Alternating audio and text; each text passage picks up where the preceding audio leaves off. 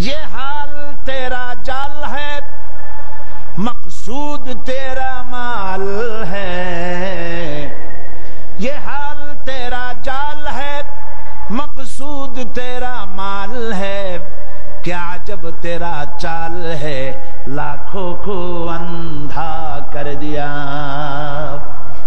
तुम्हारी अवस्था हलो জালিয়াতি। তুমি নিজেকে সম্রাট ধারণ করেছো নাম, তুমি নিজেকে সৈয়দ নাম ধারণ করে পীর মাশায়েখ নাম লাগায় দিয়া মানুষকে ধান্দায় ফেলে রুজি কামাচ্ছ।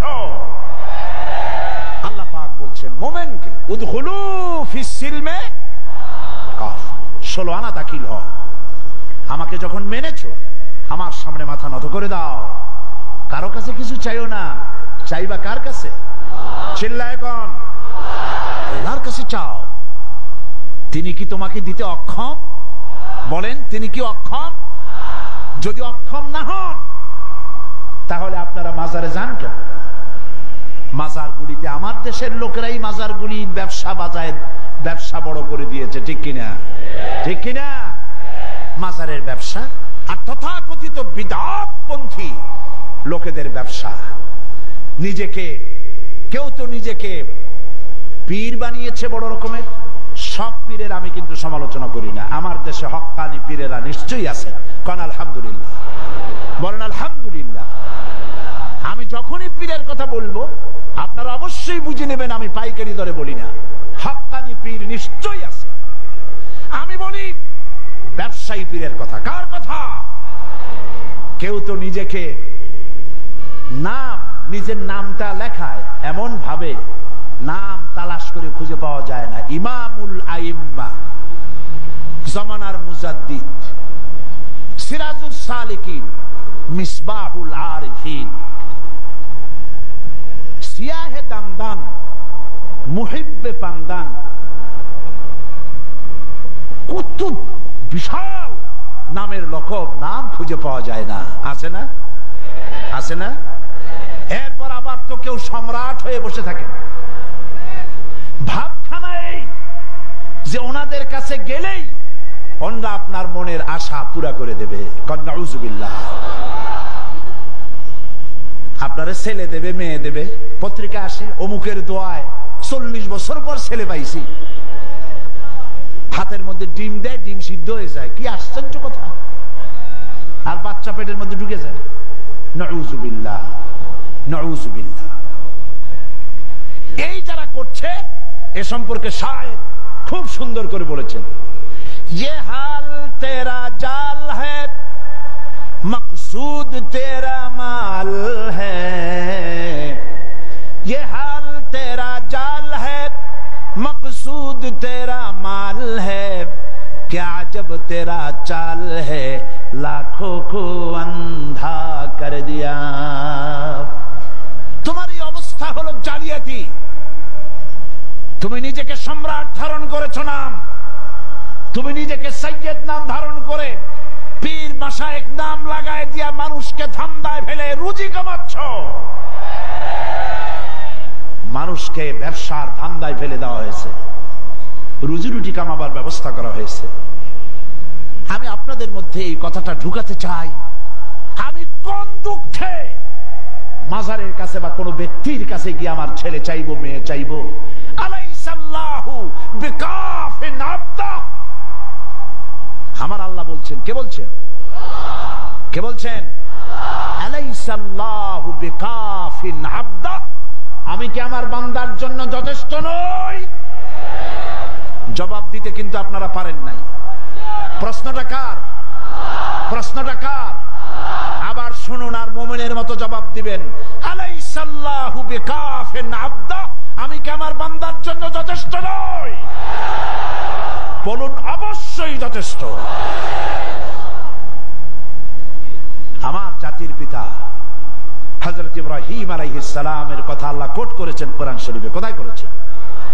হযরত ইব্রাহিম আলাইহিস সালাম বলেছেন, আল্লাযী হুয়া ইউতঈমুনি ওয়া ইয়াসকিন। আমার আল্লাহ তো এমন, আমি যখন ক্ষুধার্ত হই, আমার ক্ষুধার সময় পেট ভরে আমাকে খাবার ব্যবস্থা করেন আমার আল্লাহ।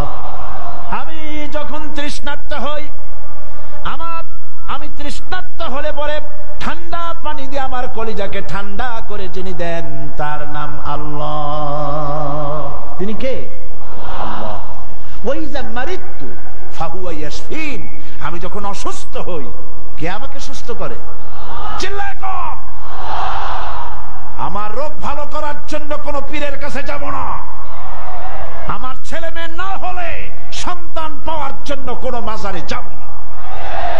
এর নাম ঈমান। এর নাম কি? উদখুলু ফিস সিলমে কাফা, পরিপূর্ণ মুসলমান হও। মাজারের কাছে যায়, খাজা বাবার কাছে, ইয়া খাজা মেরে মতলব কো পুরা কর দে। খাজায় আপনার মতলব পুরা করবে কেমনে?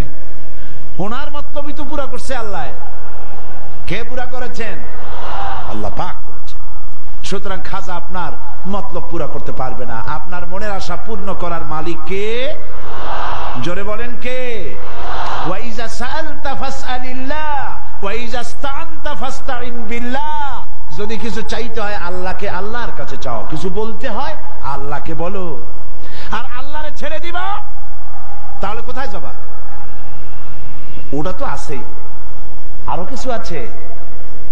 আমাদের গ্রাম এলাকায় বিভিন্ন দেশে দাঁত যখন পড়ে যায়, ছোটবেলায় দাঁত পড়ে না? অবশ্য আপনাদের পড়ে নাই নাকি? পড়ছে। দাঁত পড়লে ওই দাঁত নিয়ে মুরব্বীরা বলে দাঁতটা নিয়ে যাও ইন্দুরের গর্তের কাছে, যাইয়া বলো ইন্দুর ভাই আমার এই দাঁতটা নিয়ে তোমার ছোট্ট চিকুন দাঁতটা দাও। হায় রে কপাল পোড়া, তুমি আল্লাহরে ছাড়ছো, আল্লাহ তোমার ইন্দুরের পায়ের কাছে নিয়ে হাজির করে দিছে। যা মর ইন্দুরের কাছে যাইয়া। আবার কোন কোন এলাকায় আছে গর্ভবতী নারী ডেলিভারি হবে, প্রসব যন্ত্রণায় কাতরাচ্ছে, মুরব্বীরা বলে বিড়ালের পাও ধরিয়া মাপ চাও। কি আশ্চর্য কথা! গর্ভবতী নারীর ডেলিভারির সাথে বিড়ালের পাও ধরার সম্পর্ক কি? বিড়ালের কাছে এই মা কি অন্যায় করেছে যে বিড়ালের পাও ধরে মাপ চাইবে? তার মানে হচ্ছে আল্লাহরে ছেড়েছ, ইন্দুরের পাও ধর, বিড়ালের পাও ধর। আরো আছে চট্টগ্রামে বাজে বস্তান, বিরাট এক পুকুর, সেই পুকুরের মধ্যে আছে কচ্ছপ। মুসলমান, আমার নিজের চোখে দেখেছি মুসলমান সেখানে গিয়ে কচ্ছপ গুলা মানুষের খাইয়া খাইয়া খুব বুজুর্গ টাইপের হয়েছে, বিরাট বিরাট, গায়ে শ্বেতলা পড়ে গেছে। মুসলমান সন্তান, মুসলমান নরনারী কচ্ছপের পায়ের উপরে হাত দিয়ে হাতে চুমা খায়। তুমি আল্লাহরে ছেড়েছ, আল্লাহ তোমার কসম পর্যন্ত পৌঁছায় দিছে। নাউযুবিল্লাহ, জোরে কন নাউযুবিল্লাহ। ওখানে দেখেছি গাছের সাথে ঝুলানো পাথর আর ইট। জিজ্ঞেস করলাম ফকিরদের কাছে, এই গাছের সাথে ইট পাথর ঝুলানো কেন? কয় যে এটা হচ্ছে যে সমস্ত মেয়েদের বাচ্চা হয় না, বিবাহ হয়েছে 10 বছর 12 বছর হয়ে গেছে, সেই সব হতাশাগ্রস্ত মা বাবা এখানে আসে, মেয়েরা নিজ হাতে এই পাথরগুলো ঝুলায় রাখে, ধারণা এই পাথর এখানে ঝুলতে ঝুলতে একদিন তার নিজের পেট ভারী হতে হতে বাচ্চা হয়ে যাবে। কি জেহালাত, কি অজ্ঞতা, কি মূর্খতা! গাছের সাথে ঝুলানো পাথরের সাথে মায়ের পেটের ভিতরে সন্তান আসবে, কি অজ্ঞতা, কি মূর্খতা, কি জেহালাত! তুমি আল্লাহরে ছেড়েছ, আল্লাহ তোমার ইন্দুরের গর্ত পর্যন্ত পৌঁছাই দিছে। তুমি সারা দুনিয়াকে লাথি মারো, আল্লাহর দিকে চলে যাও, দুনিয়া তোমার পায়ে চুমা খাবে। সুবহানাল্লাহ কও। আল্লাহর কাছে যাও, আল্লাহর কাছে যাও। ওয়াইজা সাআলতা ফাসআলিল্লাহ, কিছু চাইলে আল্লাহর কাছে চাইবে, কিছু বললে আল্লাহর কাছে বলবে। আমার দেশে বহুত মাজার আছে, এই মাজারগুলি দিয়ে ব্যবসা করা হয়। মাজারের চতুর্দিকে লোক বসে থাকে, কি সব লোক? মাথায় বিরাট জট, গায়ে সালার চট, আরো আছে লোহার শিকল, আছে না? গাঁজা খায়। কয় খাজা বাবা গাঁজা খাবা, গাঁজা না খাইলে তুমি কোন ডাইলের বাবা? নাউযুবিল্লাহ। এমন মাজারও আছে বাংলাদেশে যেই মাজার গুলিতে মুদ্দারি নাই, সাইনবোর্ড লাগানো হয়েছে হযরত পথিক শাহ রহমাতুল্লাহ আলাইহির মাজার। কোন পথিক কবে মরছে আল্লাহই জানে। আপনারা আমার কথা বিশ্বাস করুন, চট্টগ্রামের কুমিরা সীতাকুণ্ডের পাশে যাওয়ার সময় দেখেন কুমিরা হাই স্কুল, রাস্তার ধারেই একটা কবর, বিরাট সাইনবোর্ড, হযরত ডাল চাইল রহমতুল্লাহ আলাইহির মাজার। দেখেন আপনারা, যাওয়ার সময় বাম দিকে পড়বে, আসার সময় ডান দিকে পড়বে। আমি সেখানে মাহফিল করছিলাম, বললাম আপনারা খালি ডাইলি চালু খিচুড়ি খান, এবার আরেকটা মাজার বানায়া সেখানে সাইনবোর্ড লাগান হযরত মাছ তরকারি গোশত রহমতুল্লাহ আলাইহির মাজার, তাহলে কিছুটা রুচির পরিবর্তন হইব। হাজি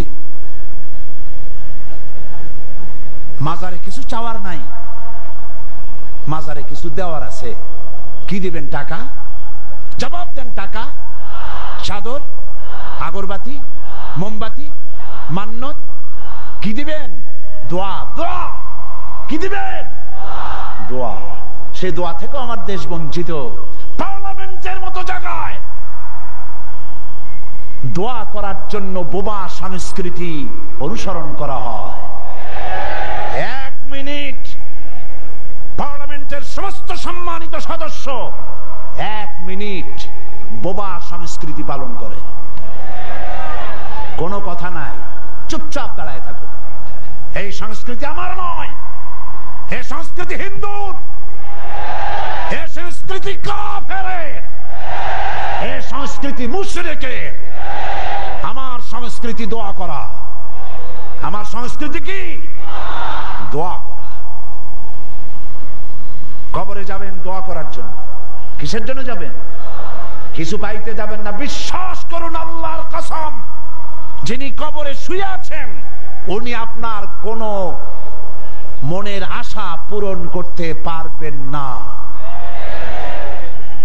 এখান থেকে টাকা খরচ করে লোকেরা আজমির যায় না, বাগদাদ যায় না। আমার রাসূল কি বলেছেন? লা তাসুদ্দুর রিহাল, খবরদার 3টি জায়গা ইল্লা বিসালাসা, 3টি জায়গা ছাড়া জিয়ারতের উদ্দেশ্যে কোথাও যাইবা না। 3টি জায়গা। কয়টি জায়গা? মুখস্থ করুন। মসজিদুল হারাম মক্কা আল মুকাররমা, মসজিদুল আকসা জেরুজালেম, মসজিদুল নববী শরীফ মদিনা আল মুনাওয়ারা। কয়টা জায়গা হলো? আমার রাসূল বলেছেন এই 3টা জায়গায় পয়সা খরচ করে যাইও জিয়ারত করার জন্য। আজকে জিয়ারত করার জন্য আপনি গেলেন আজমির, বাগদাদ, টাকা খরচ করে। সেখানে কি আপনি কি বললেন? খাজা বাবা আমার দোকানে ব্যবসা খুব কম, আমার যাতে ব্যবসা হয়, আমার ছেলে নাই মেয়ে নাই। আপনি বলতেছেন বাংলায়, কিসে বলতেছেন? খাজা মঈনুদ্দিন চিশতি রহমতুল্লাহ আলাইহি আল্লাহর মাহবুব বান্দা, ঠিক কিনা? আল্লাহর ওলি, আল্লাহর বুজুর্গ, মুজাহিদ। তার ভাষা কি? আরবি ছিল। তো উনি কি করে আপনার বাংলা বুঝবেন? কেউ গেছে পাকিস্তান থেকে, সে পাঞ্জাবিতে দোয়া করতেছে, কেউ সিন্ধি ভাষায় দোয়া করছে, কেউ উর্দুতে দোয়া করছে, কেউ মারাঠা ভাষায় দোয়া করছে, কেউ বাংলায় করছে, কেউ ইংরেজিতে করছে, কেউ উর্দুতে করছে। এতগুলি ভাষা কি তিনি বুঝবেন? আর তিনি কি ওখানে আছেন যে শুনছেন? এর কোনো গ্যারান্টি আছে? বলেন আছে? তাহলে আজমিরে কেন, বাগদাদে কেন, মাজারে কেন? সমস্ত ভাষা যিনি সৃষ্টি করেছেন তার কাছে বলুন, রাত দিন 24 ঘন্টা তিনি আপনার ফরিয়াদ শোনেন। সুবহানাল্লাহ। তিনি দেওয়ার জন্য প্রস্তুত। শায়ের বলেছেন, হর হমেশা দেনে কো তৈয়ার হ্যায়, হর হমেশা দেনে কো তৈয়ার হ্যায়, जो न मांगे उससे वो बेजार है। সব সময়ের জন্য দিতে প্রস্তুত কে? কে? যে চায় না আল্লাহ তার উপরে নারাজ হয়ে যান। চাইবেন কার কাছে? আল্লাহর কাছে। তবে মনে রাখবেন, চাইলেই শিরক হয় না। আপনি যদি আপনার বন্ধুর কাছে 50,000 টাকা ধার চান, এটা অবশ্যই শিরক না। শিরক কি? শিরক হলো অদৃশ্যের কাছে কিছু পাবার আশায় কিছু চাওয়া। এটার নাম আল্লাহ ছাড়া অন্যের কাছে চাওয়া। এটার নাম কি? বলেন সবাই। শিরক। এই জন্য মাজারে চাদর দেওয়া যাবে না, আগরবাতি দেওয়া যাবে না, মোমবাতি দেওয়া যাবে না, গোলাপ পানি দেওয়া যাবে না, মান্নত করা যাবে না। মান্নত হবে কেবলমাত্র কার নামে? কার নামে? আর সে মান্নত পাবে কারা? মসজিদ নয়, মাদ্রাসা নয়, মান্নত পাবে গরিবরা, মান্নত পাবে এতিমখানা, মান্নত পাবে যে মাদ্রাসার লিল্লা বোর্ডিং আছে তারা। কথা বুঝে আসছে? কথা বুঝে আসছে? কবরে চাদর দেওয়াই যদি জায়েজ হতো তাহলে রাসূলুল্লাহর কবরে এই রকমের সুতা দিয়া বুনানো চাদর দেওয়া হতো না। উম্মতেরা নিজের বুক ফেড়ে কলিজা বার করে রাসূলুল্লাহর কবরে চাদর পরায় দিত।